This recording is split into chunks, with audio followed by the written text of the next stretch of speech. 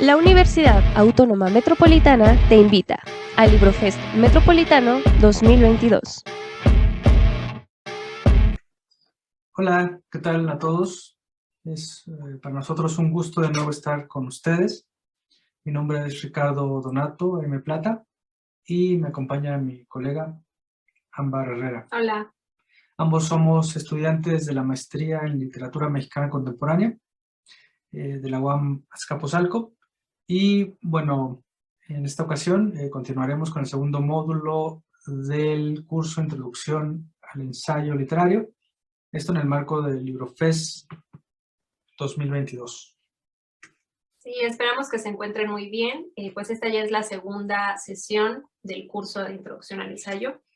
Y bueno, en la primera parte recordarán que pues vimos un poco acerca del origen y los fundamentos teóricos del ensayo, y también revisamos a un autor imprescindible del género, que es Michel de Montaigne.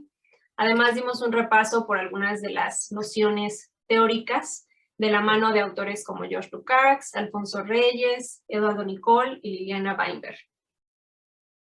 Así es, y justamente la intención en este segundo módulo es brindar un panorama para conocer más del género en el contexto mexicano.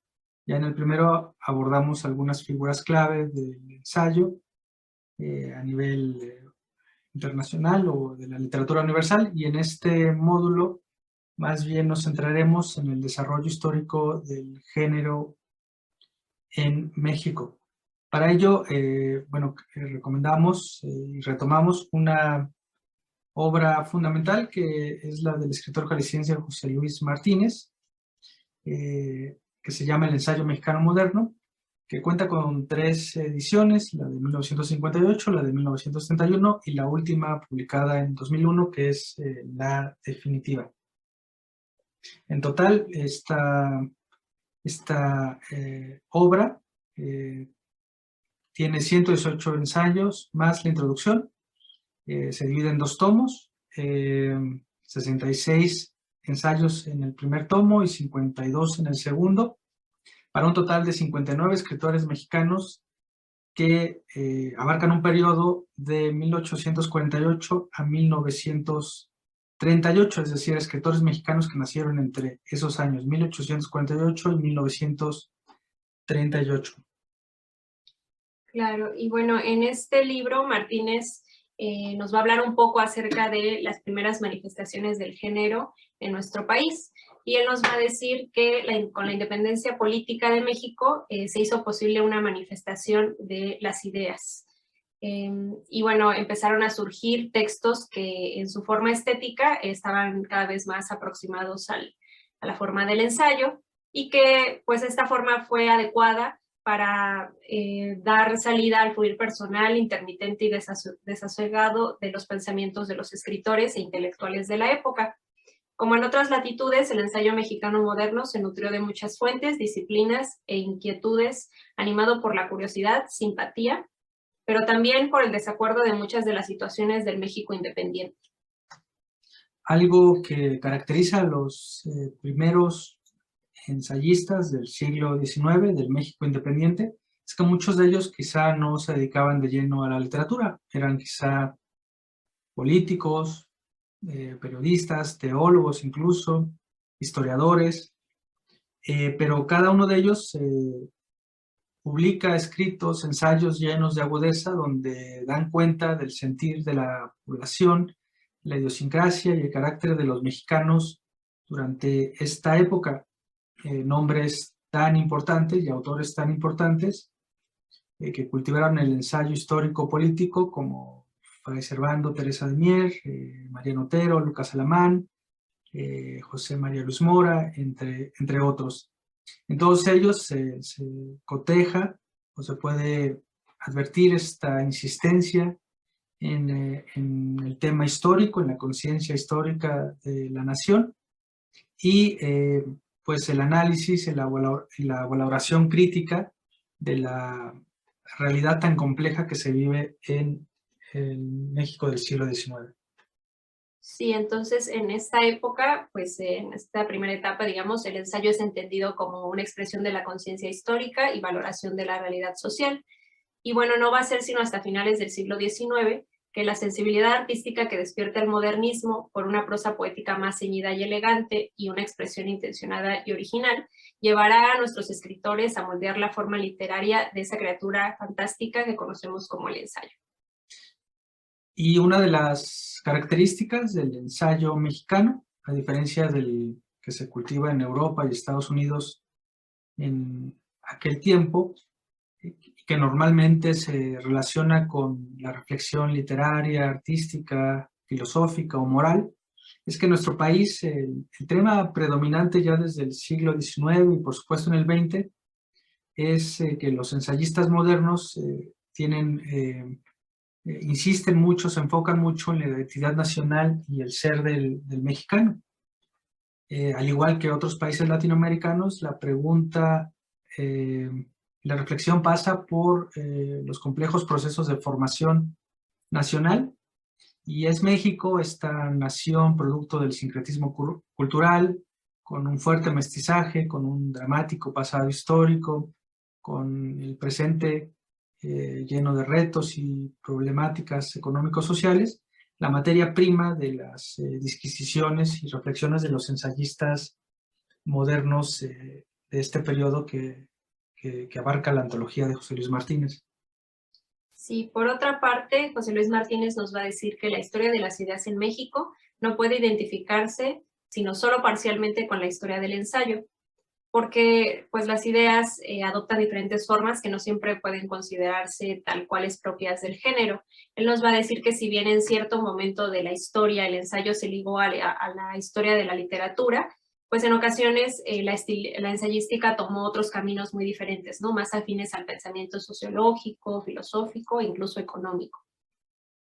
Entonces, bueno, es una antología que es de suma utilidad, es una guía práctica en la cual se revisita varias etapas históricas de México, desde el Porfiriato, la Revolución Mexicana, y por supuesto pasa también por autores modernistas, y bueno, uno de los momentos clave que menciona José Luis Martínez es la Revolución de 1910, la Revolución Mexicana, que fue un detonante de un movimiento paralelo de renovación cultural que fue el Ateneo de la Juventud.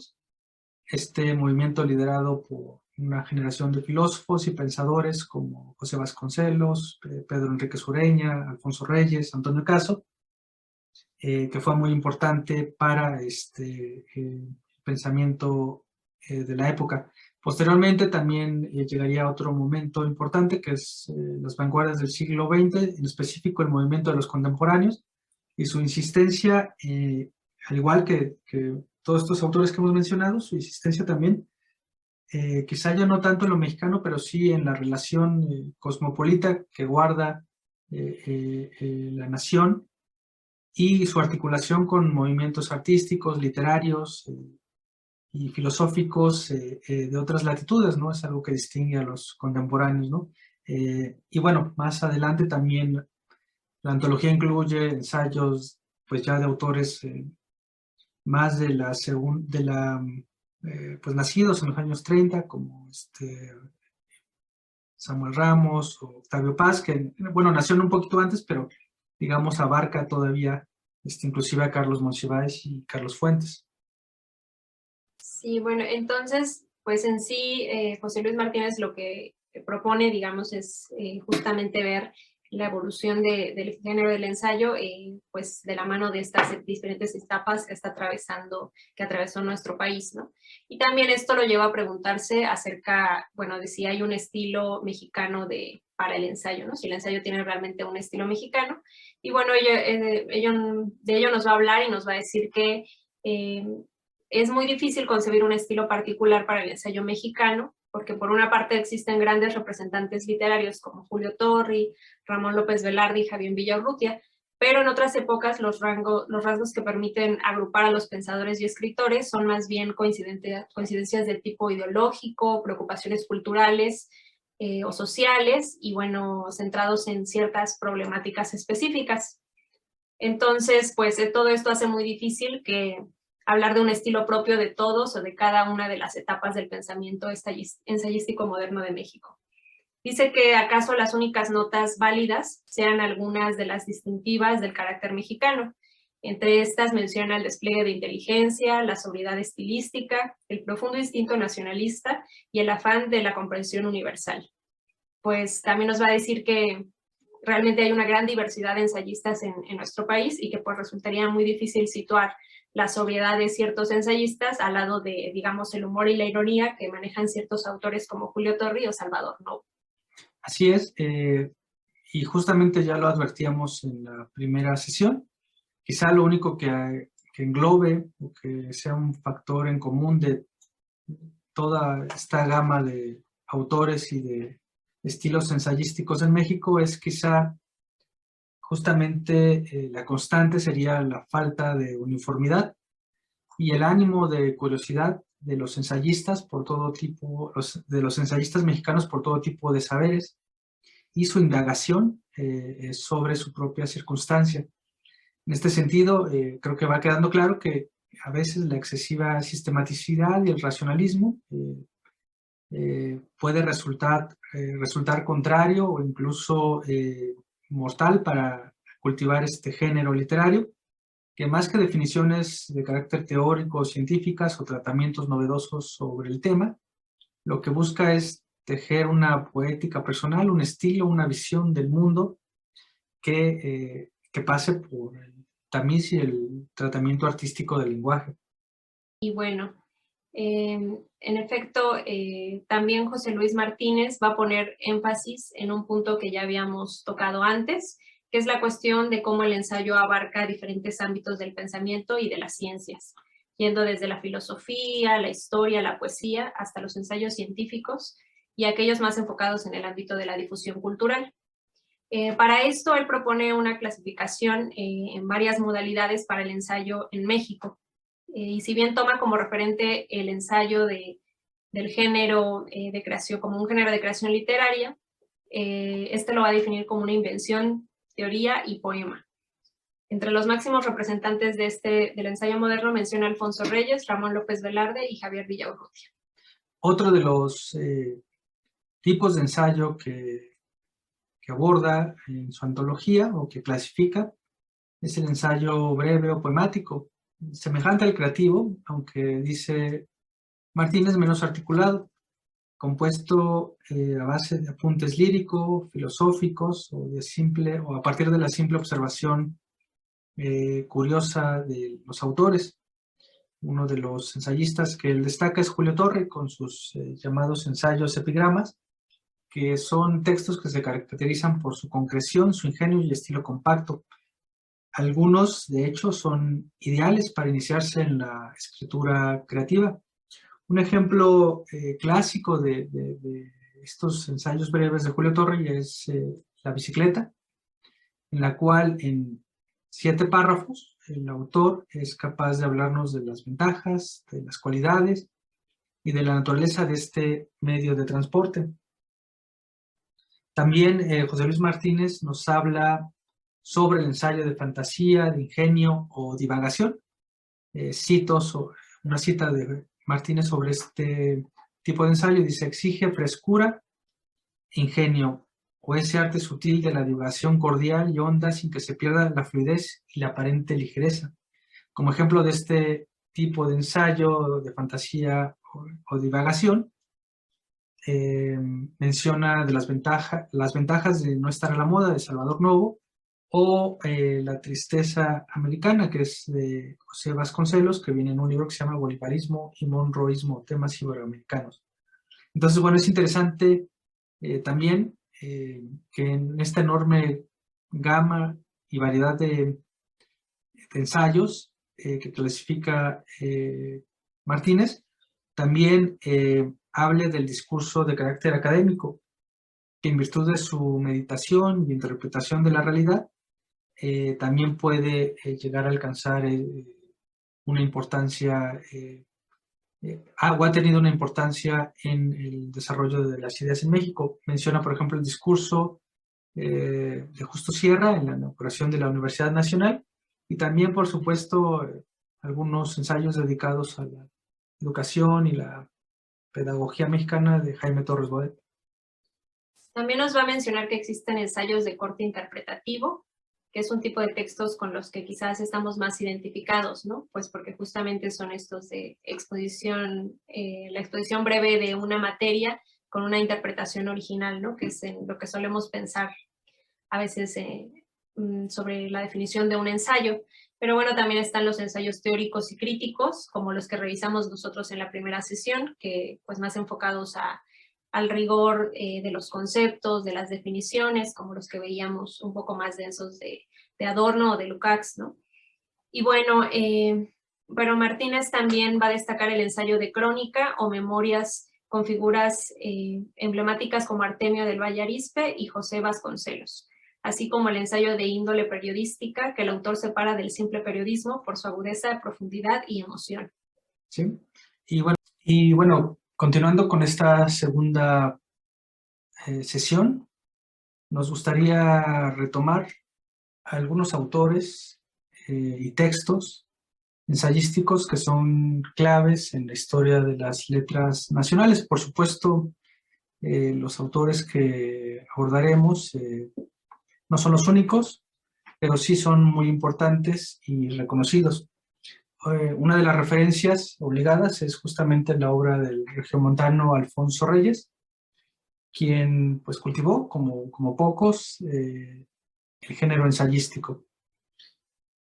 Ya lo veíamos en la primera sesión, es en el Deslinde, en su libro El Deslinde, donde articula una serie de ideas claves sobre la esencia de la literatura y los géneros literarios, entre ellos el ensayo.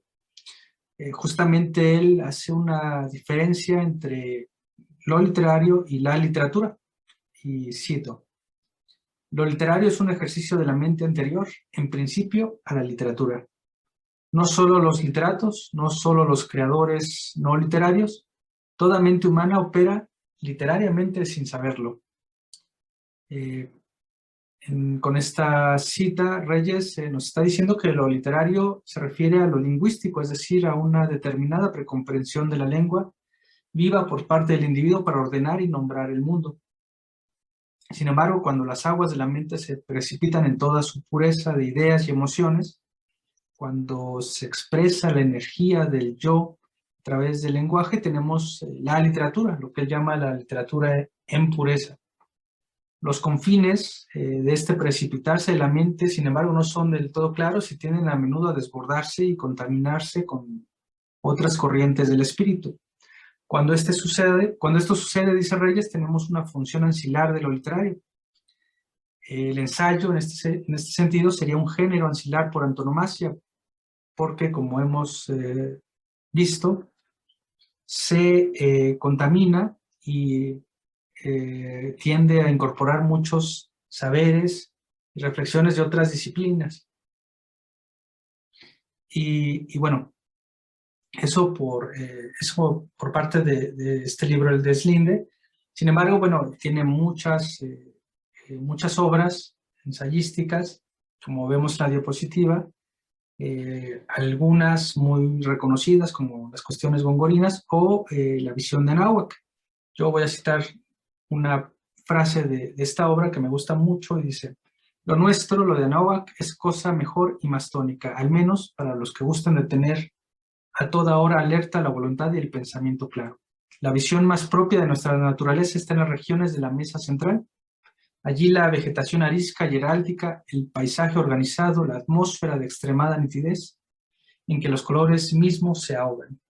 Es una cita justamente que viene en este libro, La visión de Anáhuac, que describe un poco la grandeza de las culturas de la meseta central antes de la conquista española. Claro, sí, pues la obra de Alfonso Reyes realmente es una obra muy amplia y muy increíble. Podemos descubrir grandes textos y bueno, justamente uno de ellos que a mí me gustaría recomendar es el libro de Cartones de Madrid, que quizá se publicó en 1917. Quizás no es uno de sus libros más conocidos, pero vale mucho la pena.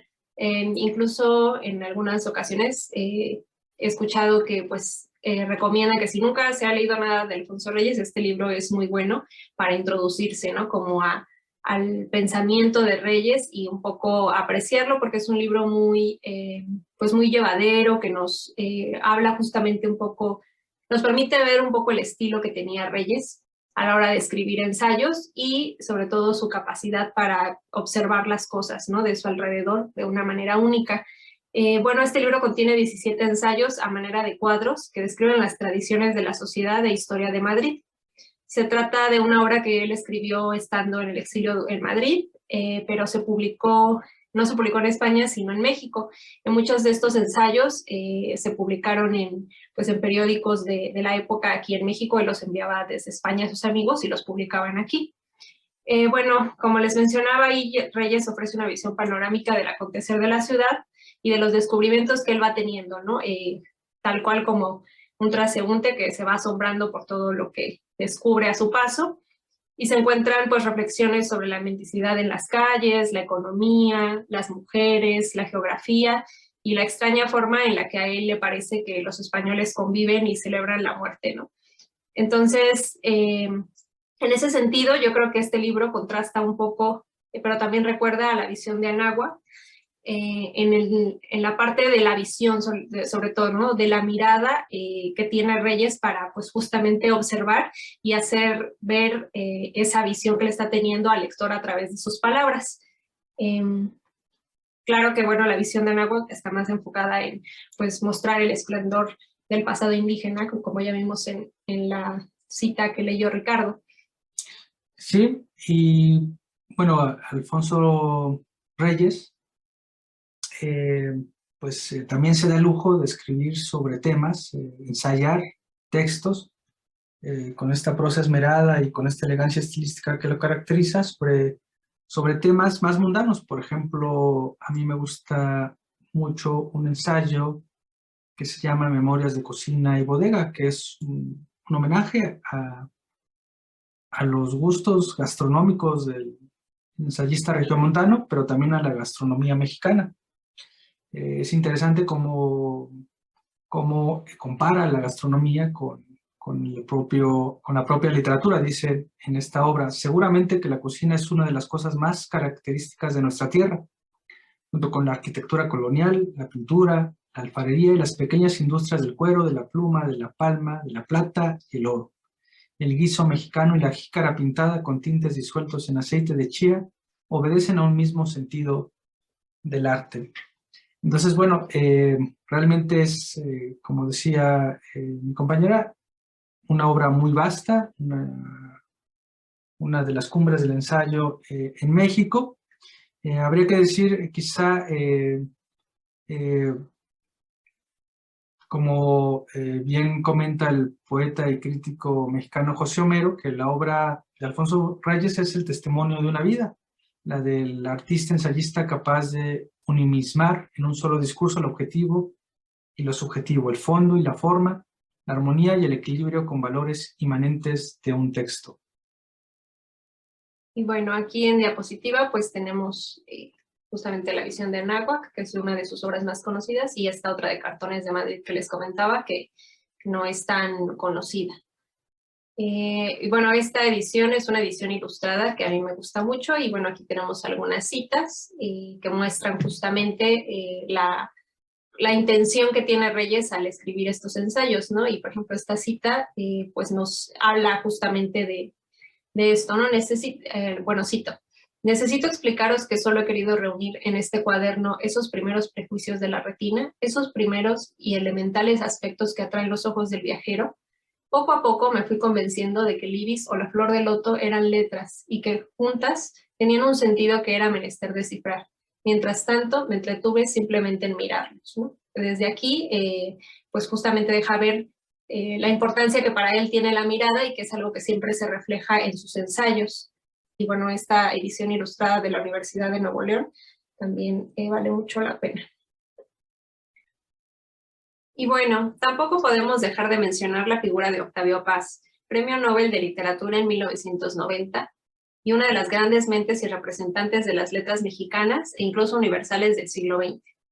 La vasta obra de Paz se enmarca sobre todo en la lírica, pero también tiene una amplia colección de ensayos que abarcan distintos temas, desde cuestiones estéticas, poéticas e históricas, hasta políticas y socioculturales. Sí, bueno, la verdad es que alguien como Octavio Paz, que pues desbordaba talento, erudición, inteligencia, pues es una obra que resulta inabarcable y que es difícil comentar en unos cuantos minutos. Merecería pues un curso entero, ¿no? Hasta de un semestre. Pero bueno,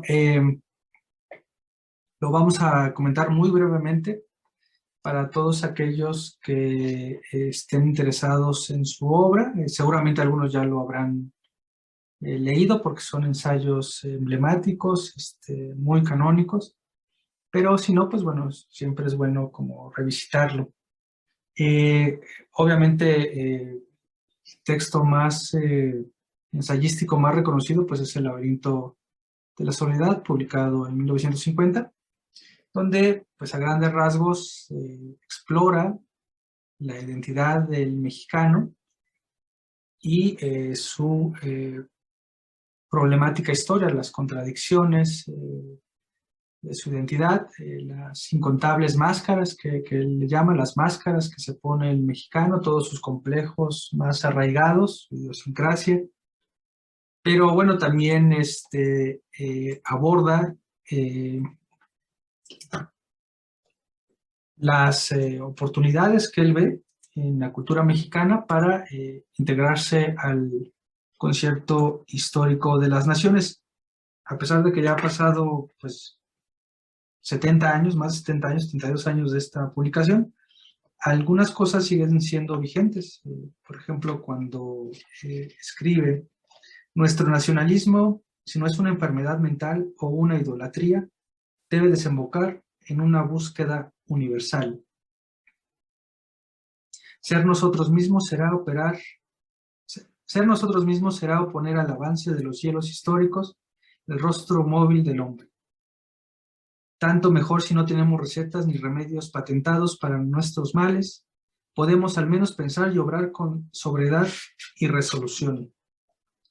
Si nos arrancamos esas máscaras, si nos abrimos, si en fin nos afrontamos, empezaremos a vivir y pensar de verdad. Nos aguardan una desnudez y un desamparo. Allí en la soledad abierta nos espera también la trascendencia, las manos de otros solitarios. Somos por primera vez en nuestra historia contemporáneos de todos los hombres. Entonces, bueno, es una obra imperdible. Y la otra, que también es, bueno, aquí en la diapositiva mencionamos varias, pero otra que es muy buena, que es, por supuesto, el arco y la lira, publicada en 1959, que es uno de sus ensayos más importantes sobre teoría literaria, porque aborda a grandes rasgos el ser de la poesía, algunas determinaciones inherentes a la lírica, como la imagen, la figura del poeta, la metáfora, y donde reflexiona acerca de esta experiencia vital del ser humano, que es el gesto poético, y cómo a través de, pues, de la poesía el ser humano puede alcanzar una revelación profunda del ser de las cosas. Y bueno, es un texto que sigue enseñándose, que sigue, cuyas reflexiones siguen influyendo a muchos estudiosos. Pero bueno, eso es Octavio Paz.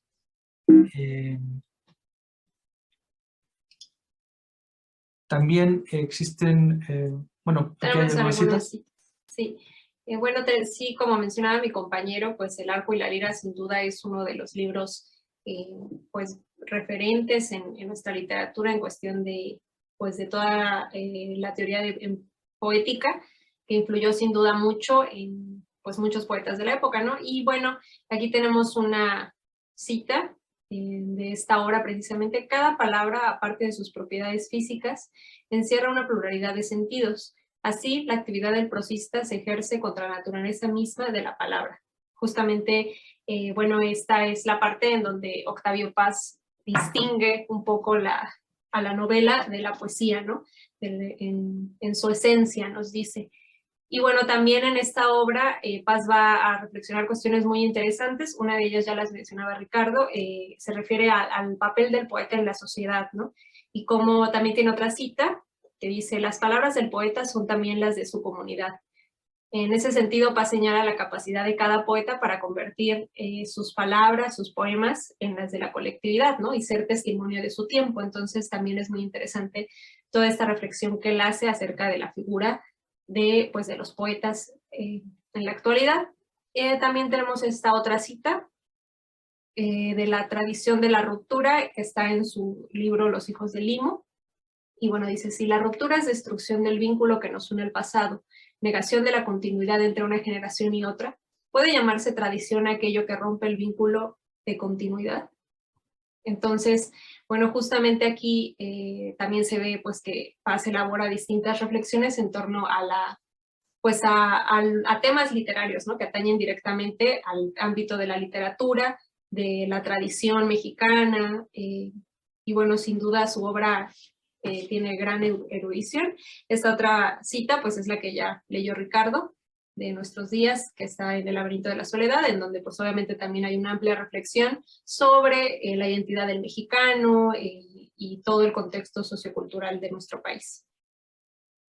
Sí, bueno, eso con respecto a estas dos figuras, Alfonso Reyes y Octavio Paz.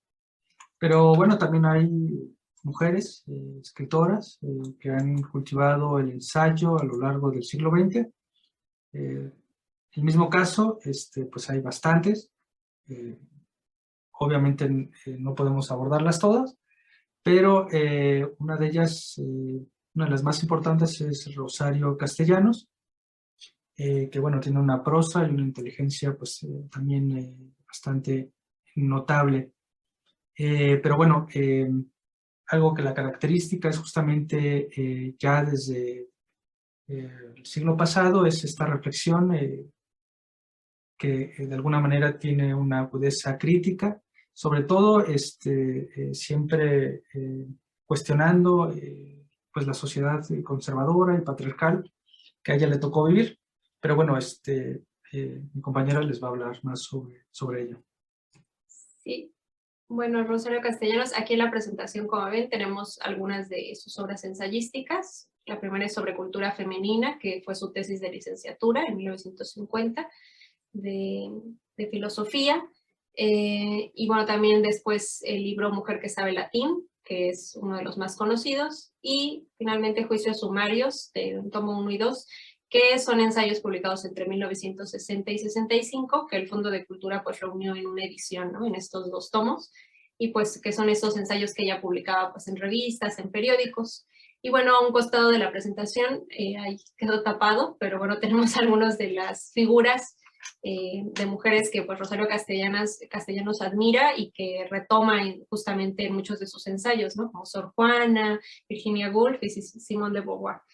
Que justamente pues eran referentes del feminismo y con las que ella se sentía pues muy identificada, ¿no? Pero bueno, siempre en defensa y reivindicación de los aportes de las mujeres a la sociedad, destaca su tesis de filosofía titulada justamente la que les comentaba sobre cultura femenina, que es un ensayo en el que se distingue la habilidad de Castellanos para manejar diferentes tonos y estilos y entretejer sus opiniones, así como mezclar otros recursos como la ironía con el rigor formal de la prosa académica. Esto, como les decía, es un trabajo de grado, pero pues realmente sí se distinguen ya muchas de las características ensayísticas, ¿no? De la facilidad que tenía Castellanos, pues justamente para este género del ensayo y que después cultivaría. Ya en este texto se distingue pues que las preocupaciones principales de la autora, ¿no? Por la condición social de la mujer mexicana. Recordemos que Rosario Castellanos es considerada una precursora de los estudios de género en México. Y bueno, ella escribió múltiples ensayos entre 1960 y 65, como les mencionaba, que el Fondo de Cultura reúne. Y bueno, ahí aborda la visión feminista de Virginia Woolf, Simone de Beauvoir, pero también otras figuras literarias como Sor Juana y también de las letras mexicanas como Efraín Hernández, Sergio Galindo o Emilio Carballido. E incluso aborda cuestiones autobiográficas vinculadas a su labor como poeta, traductora y mujer. Por otra parte, también vemos que en los ensayos de Mujer que sabe latín, pues es posible observar la maduración de estas ideas principales acerca de la preocupación por la condición social de la mujer, cómo fueron madurando hasta convertirse en el centro de su obra. Y bueno, escribe en una sociedad adversa, ella escribe en una sociedad adversa al intelecto, ¿no?, de las mujeres. Bueno, ella siempre se refiere a esto. Y bueno, pues justamente por eso se convirtió en la razón de ser de su literatura, hablar y criticar ese tipo de posturas en las que a ella todavía le tocaba vivir, ¿no?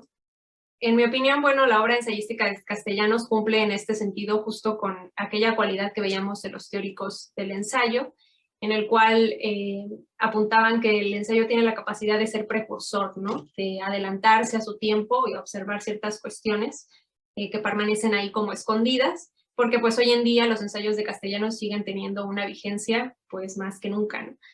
Y sin duda su escritura es desafiante desde sus títulos. Por ejemplo, pues tenemos este libro de poesía, Poesía no eres tú, una manera ya desde el título de enfrentarse justamente al canon de la poesía escrita por hombres, o también este mismo libro de Mujer que sabe latín, que bueno, es tomado del refrán Mujer que sabe latín, no tiene marido ni buen fin, pero que justamente Castellanos pues hace burla de esto para criticar la imposición de los diferentes ideales, ¿no?, que tiene la sociedad para las mujeres, que deben de cumplir tanto en belleza como en carácter, ¿no?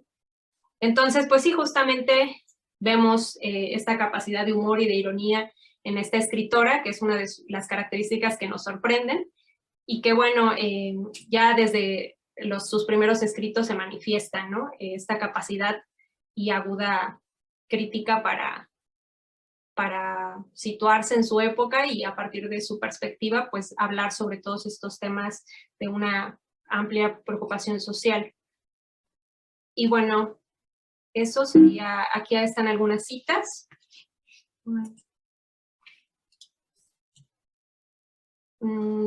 Sobre cultura femenina tenemos: la mujer, en vez de escribir libros, de investigar verdades, de hacer estatuas, tiene hijos, ¿no? Como les decía en esta tesis, ya desde entonces ella pues está cuestionando el papel de las mujeres, ¿no?, que se les ha asignado a las mujeres. Y bueno, también después ya en Mujer que sabe latín va a tener ensayos ya mucho más enfocados como este de la mujer y su imagen, ¿no?, en todo lo que, toda la carga que se ha impuesto en la figura de la mujer, ¿no? Aquí esta cita es muy interesante porque justo habla en relación a la literatura, ¿no?, como la literatura también ha sido un medio, digamos, para visualizar, para adoctrinar o enseñar a las mujeres cómo deben de ser, ¿no? Y también se ve pues esta cuestión de la ironía, ¿no? Y ella, como dicen los versos inmortales del Bate Díaz Mirón, nació como la paloma para el nido, y como bien la ha leccionado en Melchor Ocampo en su epístola, su misión es la de ser como un bálsamo que cura las heridas que el hombre sufre en su enfrentamiento diario de la vida. Y bueno, claro, está otro también de Bustos, No hay nada escrito, que está en este libro de juicios sobre la literatura. Pues también vemos que también estaba muy preocupada por la producción que se hacía en su época, ¿no?, y que justamente pues reseñó a varios de los escritores de la época, y también tenía pues agudeza para notar estas cuestiones como lo que señala aquí, ¿no?, porque parece que entre nosotros es una condición esencial del poeta su incultura y su carencia de esa aptitud para la humilde inconformidad, para el trabajo y el orden, para la búsqueda y la asimilación que se puede llamar inteligencia, ¿no? En cuestión, criticando un poco la manera en que a veces simplemente se referían como erudito a la figura de Alfonso Reyes, dejando su lado creativo de lado, ¿no? Entonces, pues aquí vemos que tiene una amplia, pues abarca distintos temas y que vale la pena leer su obra en su totalidad. Pues sí, esta segunda sesión, este segundo módulo, pues abordó el ensayo mexicano clásico, y moderno. Son literalmente cientos de nombres, decenas de ensayistas. Entonces, bueno, la intención fue dar un panorama, un repaso muy general y recomendar pues los que de alguna manera son autores insignes, ilustres, como los 3 o 4 que por ahí, o 5 o 6 que mencionamos, muy brevemente. Obviamente, pues el ensayo sigue transformándose y hoy en día los autores más contemporáneos, los autores vivos, tienen una concepción muy distinta de esta propuesta más bien clásica, canónica y moderna, pero bueno, eso lo veremos quizá en un tercer módulo o en una tercera sesión de este curso.